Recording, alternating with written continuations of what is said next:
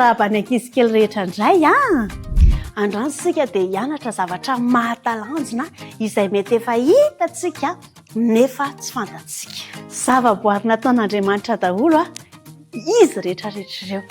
Tahoatra.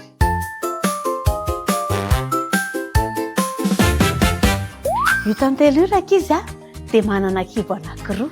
Ny anankiray hitondrany amin'ilay maminy ary ny anankiray asiany ny sakafony. Ny ankizy kely tsirairay miaraka amin'ny olon-dehibe dia manana anjara vitsika ray tapitrisa. Fa ny tena mahagaga koa ankizy dia ny omby vavy anankiray dia afaka manome ronono roa hetsy vera mandritra ny androm-piainana. Tena mahagaga izany reto biby reto lehibe dehibe ao an-tranotsika. Afaka miaina herinandro tsy misy lohany mandra-pahafatin'ny anohanana azy.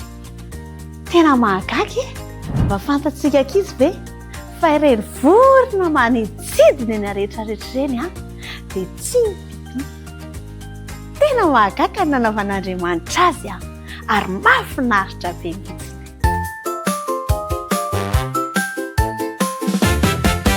Ao amin'ny tenin'Andriamanitra ankizy ao amin'ny Salamo 7:30 andiny 4:40.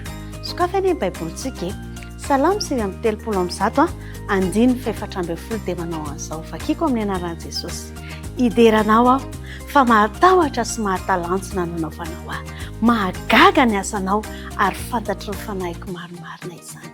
Ndeha isika rankizy misaotra an' Jesosy, hideran'i Jesosy ny amin'ny zavatra izay nataony mahatalanjona ho antsika tsirairay avy. Dia mirary soa ankizy kely.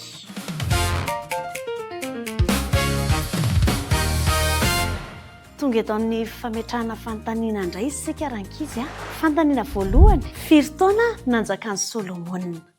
Ny fanotaniana faharoa, iza ny anaran'ilay zanany nandimby azy. Izay indray ny fotoanantsika androany rankizy dia mirary soa ankizy kely tsirairay avy. Aza adino manisy commentaire miaraka amin'ny valin'ny marina. Velome!